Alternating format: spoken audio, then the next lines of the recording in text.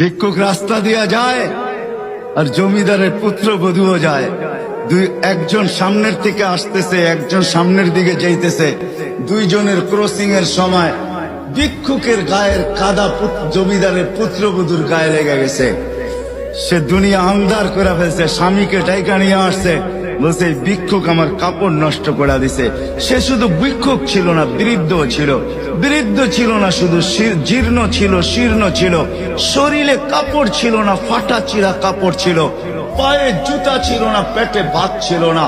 জমিদারের পুত্র সইতে পারে নাই, যৌবনী শক্তি সয়তো সয় কি কইরা তার স্ত্রীর গায়ে ভিক্ষুকের কাদা, বস সমগ্র শক্তিকে হাতে জমা করা একত্র করে বৃদ্ধের গালে বসায়।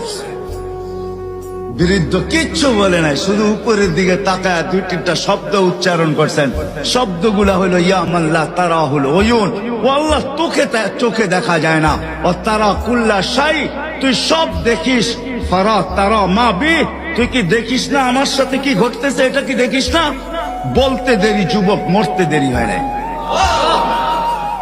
জমিদার চলে আসছে, প্রতিশোধ নিবে। বৃদ্ধের একদিকে মুস্কি হাসি, একদিকে বলতেছে প্রেমের খেলা এমনই হয়। জিজ্ঞাসা করছে কিসের প্রেমের খেলা রে? বলছে ওর প্রেমিকার গায়ে আমার কাদা লাগছে, পায়ের কাদা লাগছে, ও সইতে পারে নাই। যৌবনী শক্তি দিয়ে আমার বৃদ্ধ গালে বসায় দিছে। আমাকেও একজন ভালোবাসে, সেও সইতে পারে না, সেও সইতে পারে না। ও তো থাপ্পড় দিয়া খেলতো, সে জান নিয়ে নিছে, জান।